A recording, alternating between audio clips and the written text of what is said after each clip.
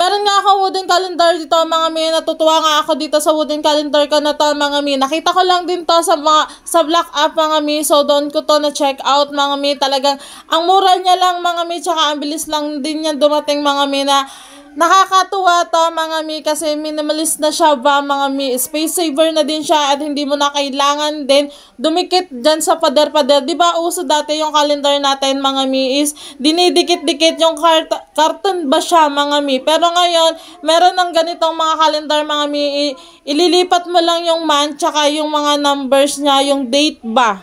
Sobrang nagustuhan ko talaga itong ganitong calendar mga mi. Napaka-cute talaga niya. Nakikita ko lang din kasi to sa mga mami vlogger talaga na mahilig din mag-aesthetic mga mi. Doon ko nadidiscover yung mga nadidiscover Bisaya yan.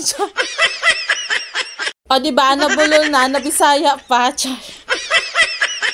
Dito ko na nga lang ilalagay to sa ibabaw ng rep ko mga bi para talagang kitang-kita talaga siya. O diba ang ganda niya dyan tingnan. Para pagbukas ko ng kwarto, pagkakagising ko, ayan kitang-kita ko na siya at malilipat ko kaagad kung anong date niya mga mi. So yun lang mga mi, kung bet nyo din mga mi yung ganitong wooden calendar mga mi, lalagay ko ang link sa comment section tsaka dyan sa yellow basket ko for the go. Yeah, cha.